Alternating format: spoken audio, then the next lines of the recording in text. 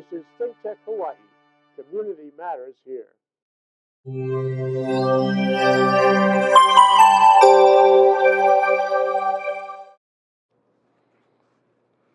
Guys, welcome back for episode 9 on here on Think Tech Hawaii. And we still haven't gotten canceled, right? So thank you guys for tuning in. I'm your host here, Prince Dykes. If this is your first episode you're watching, I would highly recommend you go back and watch all of the previous episodes. You might enjoy them. But today we're going to get into an interesting topic called invest or lose. Prince, what do you mean by invest or lose? I'm giving you the concept that if you don't invest, you are guaranteed pretty much to lose. You have to invest. That's why it's important. That's why we have this show here on the Prince of Investment, to go around and teach the world, push financial literacy, to tell you why, all the other good stuff like that. But as always, I don't have a lot of time, and I definitely know you guys don't have a lot of time, so we're going to jump straight into it. So why? Why is it important? What do you mean by if I don't invest, if I don't lose? Let's think about it.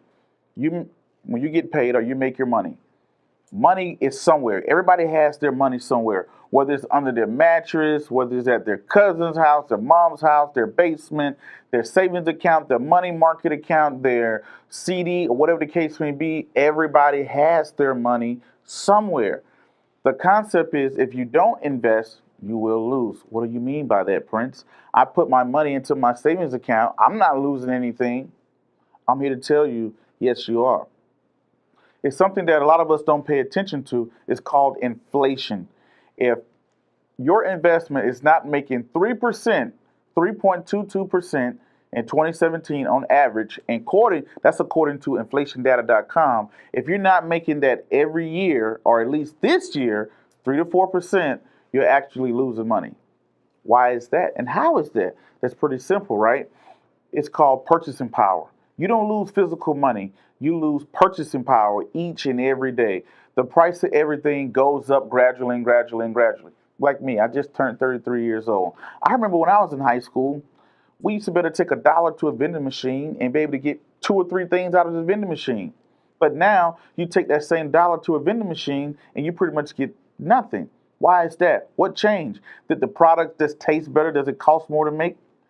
Yes, it does cost more to make. Look at gas prices. Look at everything around the world. It costs more and more to make. That's called inflation. The price of everything is going up. Your rent is going up. Your rent, the gas, the water, the groceries, everything. The cost of just living just goes up. So it means that if you have money sitting in one particular area, it is losing what is called purchasing power. Meaning that if you take this money, if you go somewhere, you'll be able to purchase less. Same dollar amount, but you'll be able to purchase less. Let's think for a situation hypothetically. I have $100. I say, hey, let's say 20 years ago, my dad had $100 and he decided not to spend it. He decided to put it in his closet and save it for good times. He takes it, he put it into his closet, he doesn't invest it. He goes back 20 years later, he goes into his closet, what is going to be there? $100. People will say, hey, he didn't lose anything. He has $100 still. That's true. But $100 had way more purchasing power 20 years ago, meaning you could buy more than you can today with the same $100. Same dollar value, same everything. But once you take it to the store, things gradually cost more. That's something that you can't see. It's called inflation. That's why if you don't invest to match or beat inflation, you are losing. Goes to the title of this episode, Invest or Lose. I hope that makes sense to you. Now, there are numerous ways that you can take your money, where you can put it. You get paid by direct deposit, you can put it in a checking account. You can go into a savings account. You can go into a money market account. You can go into a CD. You can go into Treasury Bonds. You can go into stocks. You can go into real estate. You can go into business or another business. Those are different places you can put your money. Now, as I listed those things out, that was increasing with risk, meaning that if you go into a checking account, it's not that much risk involved. You put your money in, you can take it out, all the great stuff. A savings account, you have a little bit more risk involved. A money market account, you have a little bit, you're not taking on risk, but you're taking on risk as far as liquidity, being able to pull it out as fast, right? So you're taking on risks as things go along. Now, the thing about that is those are different instruments that you can use to put money at to actually beat or match or beat inflation. What is one instrument that has consistently beaten the inflation rate over the last 100 years? Probably guessed it. It's the stock market. That's not what I'm saying. That's historical data. The stock market on general, the S&P 500 on average returns between 5 to 7%. That's what all the ups and downs, wild wings on average, 5 to 7%. And what did I tell you inflation average is? 3.22%. So that's one way you can invest to beat inflation. I'm not trying to tell you where exactly to give you advice to what you should do. I'm just letting you know that if you're not investing, you are losing money. That's a concept that I didn't understand. I was like, well, what do you mean? I didn't lose any money. I still see the same amount of money in my account. It's something called inflation. It doesn't pop up in your account, your checking account, unless you got a very, very good financial institution. It doesn't pop up and say, hey, guess what? This is how much purchasing power you lost, right? It doesn't say that. So it's invisibly taking away your money by losing purchasing power. So if you don't invest, if you don't use a financial institution or some type of financial backing or type of instruments that are out here, you're going to constantly lose, lose, and lose. You hear that terminology, the rich get richer while the poor gets poor. You wonder why that is? Because when you get paid, what do you do with your money? That's the biggest question. What do you place it? Do you place it in the instrument that can grow, or do you place it in the instrument that can't grow? You say, hey, well, I save money. Saving money is great. But guess what? According to bankrate.com, the average savings account earns 0.06%. 0.06%. Inflation, the average inflation is 3.22%. So if the price of everything is going up on a gradual annual basis of 3.22%, but your savings account is only making 0.06%, you're losing, if my math is correct, 3.14% annually every year that you don't even know. Now, there are different type of CDs out there that can match inflation. There are ways it's called TIPS, Treasury Inflation Protection. Treasury Inflation Protection. That's something that you can invest in with, I think it's called treasurydirect.com, where you can invest in and to actually purchase TIPS. They call them TIPS. Treasury Inflation Protection. Where they go out, you can invest and your money will actually move with inflation. That's one of the ways you can keep up with inflation. But there are numerous ways. I want you to understand that there are plenty ways that you can make and lose money by not investing. Because some people look at the world of investing, they're like, well, I don't want to lose my money. You're losing anyway, if you didn't notice it. It doesn't matter because inflation is gradually eating us up every day, whether you know it or not. So one of the best things you can do is to become familiar with investing. And you don't have to be a rocket science out there. You don't have to be a day trader. You don't have to be a real estate mogul. You don't have to be a business genius to make simple investments. But it's something I want to let you know that it's important that you must do it. Now, let's get into some of the different ways that I listed earlier that you can invest, right? We all know a savings account, that's on average, it earns 0.06%. So what are some ways I can keep up with or match inflation? One of the ways I just listed, there are some CDs out there. There are some CDs, and there are some what they're called high interest checking accounts. High interest checking accounts, I've seen some that range from 3 to 7%. Now, the thing about when you're looking at a financial institution that's paying an interest rate that high, you got to look at the credit risk. What does credit risk mean? What is the likelihood that this company or this bank or this financial institution will go bye-bye? Because with every investment, there is somewhere or somehow that you have to take some type of risk, in some case maybe. Now, one of the things that I had listed, speaking about taking a credit risk, is that I spoke about last week on last week's episode was insurance. That's another great investment vehicle that can match or beat inflation. I'm not talking about being a rocket science or whatever the case may be to go out here and to, hey, I want to make 10% in a day, 30% in a day. Hey, I'm up this way. And I heard a buddy. When people day trade, when people that's out there trading, stock traders, 92% of the stuff that you're seeing out there, those are losers. I'm just being honest. It's nowhere in the world that anybody can just open up a day trading account and just start making 30, 40, 50% a year. Now, I hate to bring this up, but it's an honest topic, right? If you don't know who Whitney Tilson is, Whitney Tilson had Case Capital, right? We all know that Case Capital closed its doors on Friday. This is a company that managed hundreds of millions of dollars. It was a hedge fund. It's not the only hedge fund. It's been a rash of hedge funds that have closed their doors. People are saying, Prince, what are you getting at? Why are you talking about a hedge fund? The reason why I'm talking about a hedge fund, bringing it in perspective, is these are some of the best and the brightest minds in finance. And what they had an inability to beat the stock market.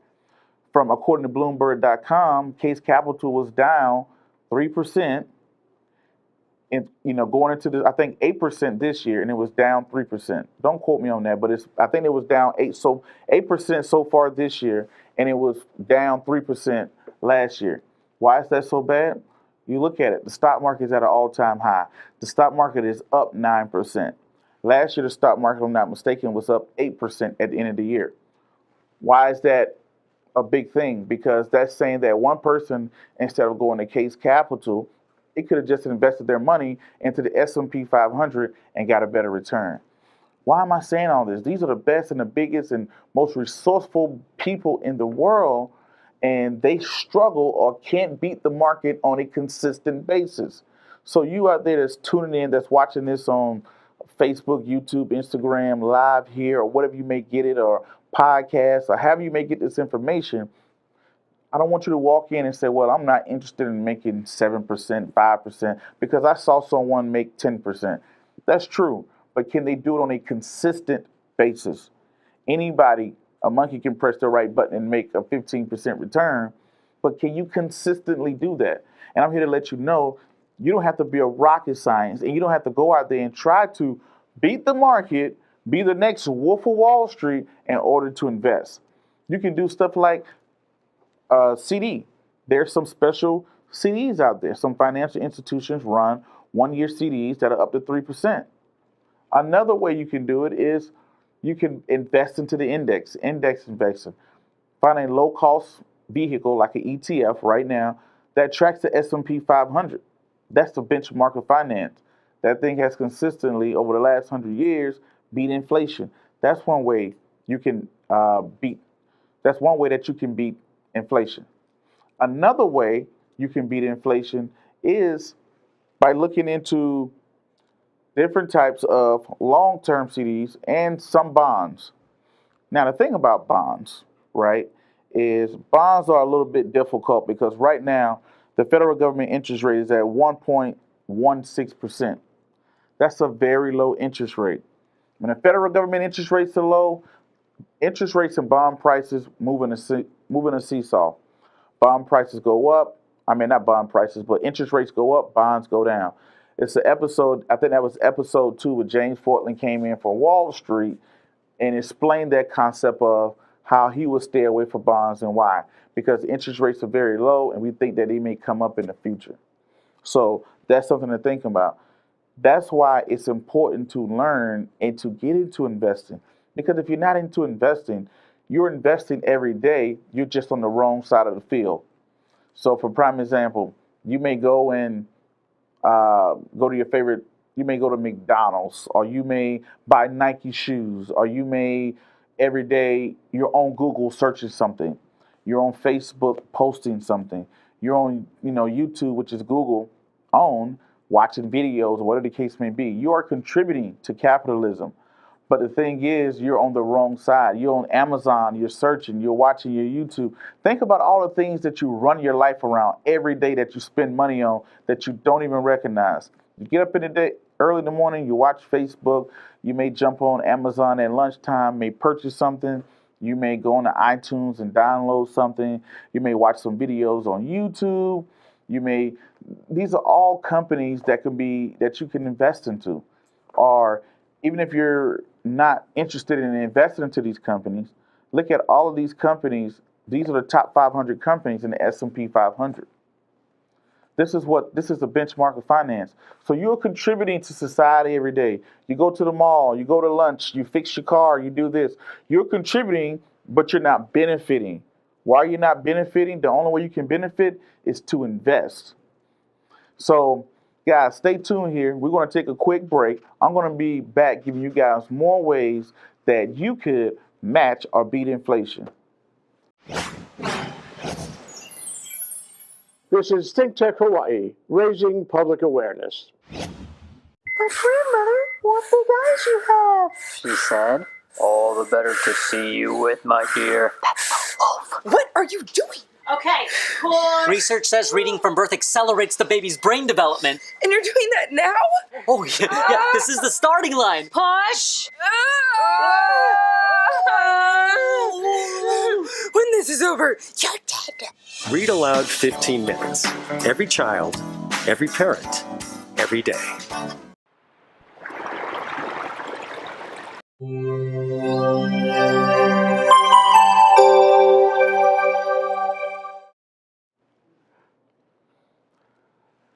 And we're back. If you missed earlier what we were speaking about investing, right? We went and we talked about inflation, invest or lose. The thing that people don't pay attention to is inflation. We talked that the natural interest rate, according to inflationdata.com, is 3.22. According to bankrate.com, 0.06 is the average savings account. Now, am I sitting here advocating that you should just go and invest everything? No. I'm not going to say invest everything. But once you have a savings, and once you do have a savings, I want you to think about and shift the mind. Before you get into any investment vehicle, you must shift the mind. This episode is to show you the importance of investing and why it's important and why you should do it, right? So before we went into the break, we were speaking about investment vehicles, right? We spoke about investing into the index, how the index has consistently beat inflation over the last 100 years, right? We spoke about how you're contributing to the society every year. The top 500 companies in America, we're talking about things like Google. We're talking about things like Facebook. We're talking about things like Amazon, things that we know every day. Apple, companies that you use every day.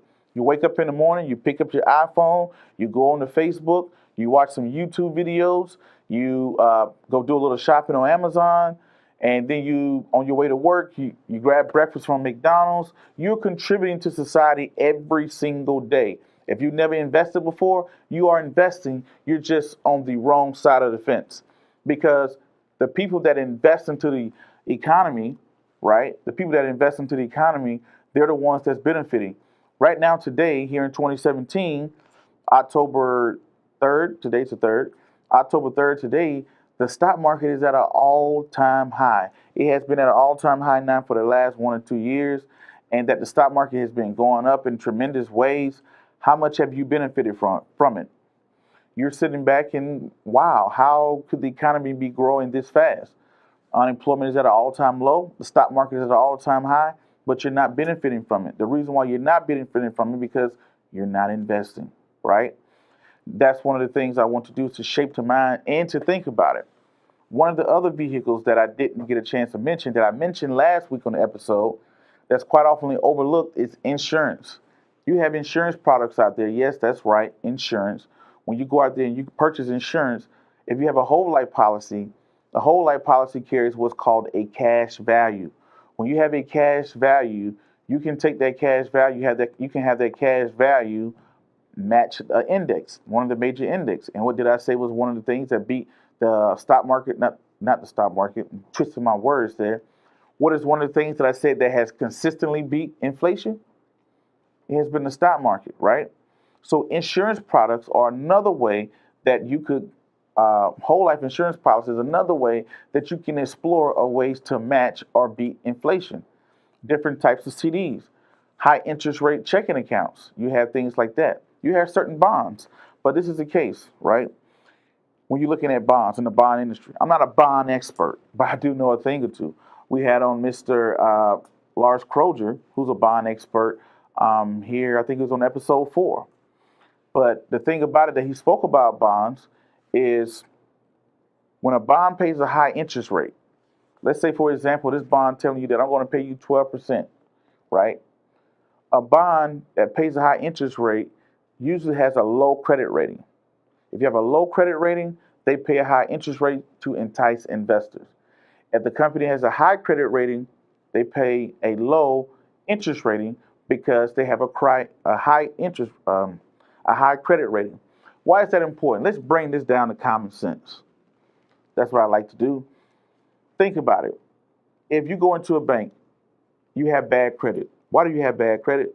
Because either you don't have credit or your trustworthiness of paying money back is not too trustworthy. They don't really trust you or whatever the case may be.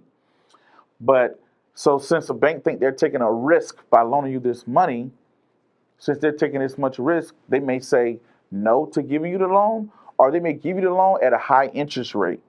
Why do you get a high interest rate? Because you are seen as to be a risky lender. Not lender, but you're seen to be a risky customer. If I'm lending you the money and you never pay people back and you got a bad history of paying off your debt, you're going to get a high interest rate because I feel like I'm taking a high risk, and with a higher risk, I will like a higher reward. Versus someone who has a great credit rating.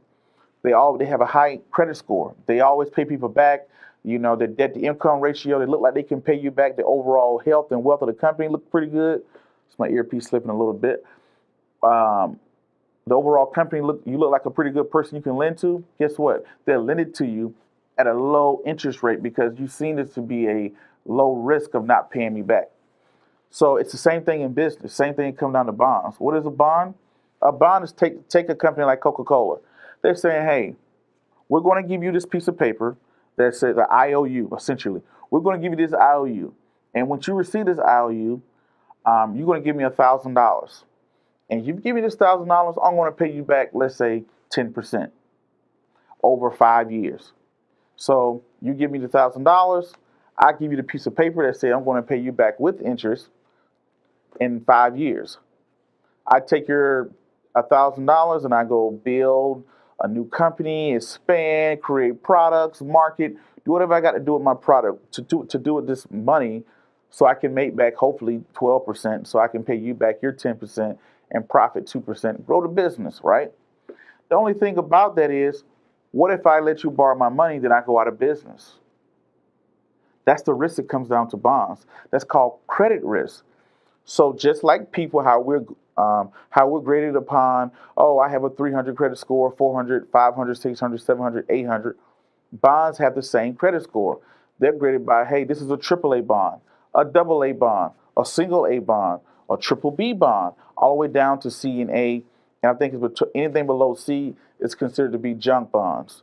So the bonds that are at the bottom pay high interest rates because you're taking a higher credit interest. Not a high credit interest, but you're taking a higher risk. Let's say a company like Coca-Cola, who's financially sound, they're not going to pay a high interest rate. But a brand new technology company that can disappear any day, they're going to pay a high interest rate, right? So you have to worry about what's called defaulting and not being able to pay you your money back when you purchase new companies like that. That's something I want you to think about. But that's one way. If you go out and buy a junk bond that pays a high interest rate that's over inflation, you have to look at the credit rating, right? And let's be 100% honest, I was on Wall Street last summer. One of the things I discovered, Bloomberg is not Bloomberg, but Standard & Poor's, Bloomberg. They're all right there on Wall Street. And some companies, that's why we had the 2008 financial crisis. The companies that are grading these companies, sometimes they're in bed with each other. So to kind of give you the words of saying pretty much, the credit agency and the company could be a conflict of interest. That's pretty much what I'm saying. So if I know you're giving me my credit score, maybe it may be money up under the table to, hey, instead of giving me a double A, give me a single A. Instead of giving me a single A, give me a double A. Because a company knows if they have a high credit rating, it's the likelihood they'll get more investors. More people will trust them. More fund managers will trust them. So that's just something to think about, But bonds, overall, I don't want to dig too far into the weeds, but bonds, credit rating is, credit risk is one of the risks you're taking when you purchase a bond. Would that company be able to pay you back? But you can buy one of the safest bonds you can purchase is a Treasury Bond, or a bond from the U.S. government. The U.S. government sells bonds. Those are the most safest ones, and you can get those off of treasurydirect.com, or you can go to online brokers from like E-Trade to the Ameritrade. You can purchase bonds. So that's one way. You can purchase bonds to combat and beat inflation. Then you go with, from bonds, you have CDs. Look at some high interest rate CDs. We live in a very low interest rate society, so there's not too many CDs out there that are going to match and beat inflation, because the federal government is 1.16. So, but looking to explore different types of CDs. Another thing you can explore is high interest rate checking accounts. Another thing you may want to explore is index investing. Another thing you want to explore, insurance products. Or you can take your money, invest it into yourself, start your own business. Or you can take your money and invest into someone else's business, or you can go into real estate. Those are all different types of vehicles that you can do with your particular money, right? So the concept of this episode and this show is to tell you that, hey, you have to invest. If you're not investing, you are losing. Guaranteed. When you take your paycheck and you put it into your pocket, you can count it every day. You say, hey, I'm not losing money, but you're losing purchasing power because the price of everything is continuously going up. And right now, we're living in, if you're here in America, America is one of the richest, the richest country in the world. Our stock market is at an all-time high. But if you're not growing, it's because you're not growing because you're not investing. This is where they're saying the rich get richer, the poor gets poor. When the rich get paid, they look to purchase assets. Assets are things that can make them money. I won't say poor, but the common person, I'm guilty of it too. We buy goods, things like clothes, things like clothes or cars, things that will lose value over time. Versus the wealthy, they pretty much have all the goods they probably want. They look to purchase real estate. They look to make investments, new companies. They look to expand their companies. That's why the rich get richer and the poor gets poor. Because if you're constantly buying things that will lose value, ask yourself this. When you get paid, ask yourself, where am I putting my money, any piece of my paycheck that can possibly make money? If you're saying nowhere, or most people have nowhere, nothing like that, then of course, it's like you're spinning tires. You can't get ahead. In order to get ahead, you must have a dog in the fight, as some would say. So you must invest some type of way. This is why this show is so important. And I'm giving you the resources and ways you can invest, and telling you why it is important with statistical data. So I hope that was very, very helpful for you. And as always, if you guys got questions or anything like that, let me know. Drop a comment. Drop a comment or wherever you may find this, or inbox me at askprince@royalfinancials.com. Askprince@royalfinancials.com.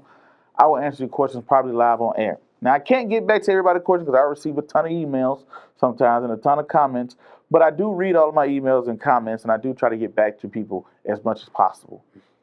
Don't forget to hit the like, subscribe, comment button on YouTube, Facebook, Twitter, Instagram, or whatever you see around the world. As always, my name is Prince Dykes. I'm your host, the Prince of Investment. We're still here. We did episode 9. Thank you guys for tuning in. I thank you guys for the great response that we have gotten across the globe, and I appreciate it. Every Tuesday at 11 a.m., don't forget to tune in. I'll be here. Until the next video, podcast, cartoon, book, whatever you see me do crazy around the world, peace, be safe, I'm out, and thank you.